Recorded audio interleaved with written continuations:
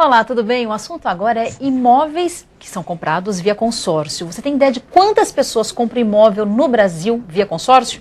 545 mil pessoas. São dados da ABAC. Paulo Rossi, presidente da Associação Brasileira de Administradoras de Consórcios, que está aqui ao meu lado. Tudo bem, Paulo? Tudo bem, Ana. Boa tarde. É isso, né, Paulo? 545 mil pessoas compram imóvel, neste momento no Brasil, via consórcio. Sim, hoje o consórcio, na verdade, possui 3.800.000 participantes, né, em toda a sua carteira.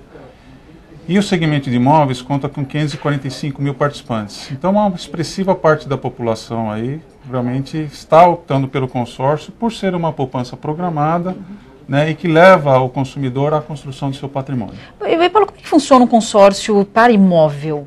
Você vai na construtora, você escolhe o teu apartamento, fala, vou pagar com consórcio. Aí você pega uma carta de crédito, como é com o banco? Como é que é? Na verdade, o consumidor tem que identificar uma administradora de consórcios devidamente autorizada pelo Banco Central do Brasil.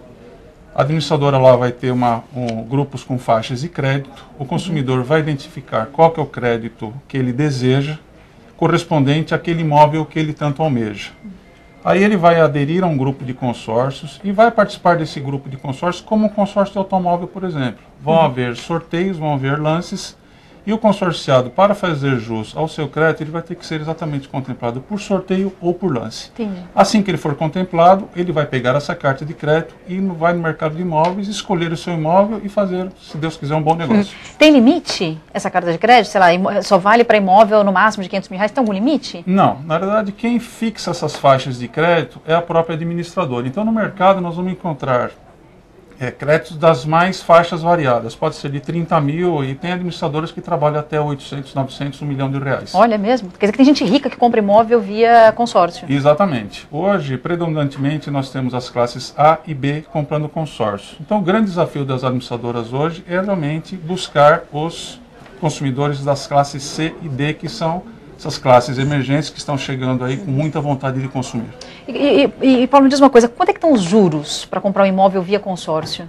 Na verdade, no consórcio não há cobrança de juros. Há cobrança de uma taxa de administração. De quanto está essa taxa? Olha, essa taxa de administração, cada administradora fixa a sua taxa, tá? Mas geralmente, se a gente pegar um grupo aí mais ou menos de 150 meses, a taxa de administração é mais ou menos em torno de 20%. Além da taxa de administração, 20% sobre... 20% que você dilui ao longo desses 150, 200 meses, dependendo do prazo, né? Tá. Então vai dar 0 ponto alguma coisa ao mês, né? E além disso, pode ser cobrado também o fundo de reserva e o seguro de vida, tá? Então nós temos hoje, basicamente, esses 3 componentes que o consorciado vai ter que pagar. Taxa de administração, fundo de reserva se for cobrado e seguro de vida. Tem ideia de mais ou menos quanto sai isso, essas três cobranças no mês para o Olha, consumidor? dá em torno de mais ou menos 0,2 sobre o valor do crédito. Então vai depender muito do plano, né, e do prazo de duração. Mas geralmente é entre 0,2 e 0,25 ao mês sobre o valor do crédito. Então o consorciado, por exemplo, se tem um crédito de valor de 100 mil reais, é 0,2, 0,25 sobre esse valor do crédito. Ao passo que se eu fosse ao banco pedir uma carta de crédito, você tem ideia de quanto seria, só para a gente comparar um pouco, Paulo? Olha, hoje nós temos aí realmente planos de financiamento os mais variados possíveis em bancos, né? Hoje geralmente é se cobrado aí no mínimo de 10,5% a 12% ao ano.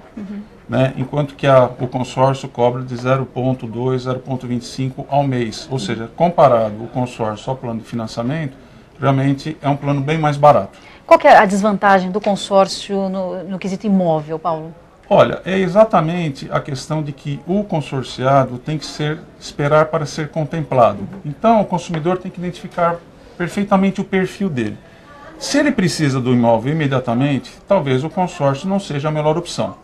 Por quê? Porque demanda exatamente a contemplação por sorteio e por lance. Agora, ele pode ser contemplado logo em seguida, ou ele pode ser o último a ser contemplado também. Esse é o risco do negócio. Então, é aquela coisa, é muito menos o risco e muito mais opção do consumidor. Agora, por outro lado, se ele tiver uma reserva técnica, uma reserva financeira, ele pode oferecer o lance. Se o lance dele for o vencedor, então ele faz jus ao recebimento daquele crédito, então ele vai no mercado e vai barganhar a compra daquele imóvel. Ele pode, é como se ele tivesse um dinheiro à vista.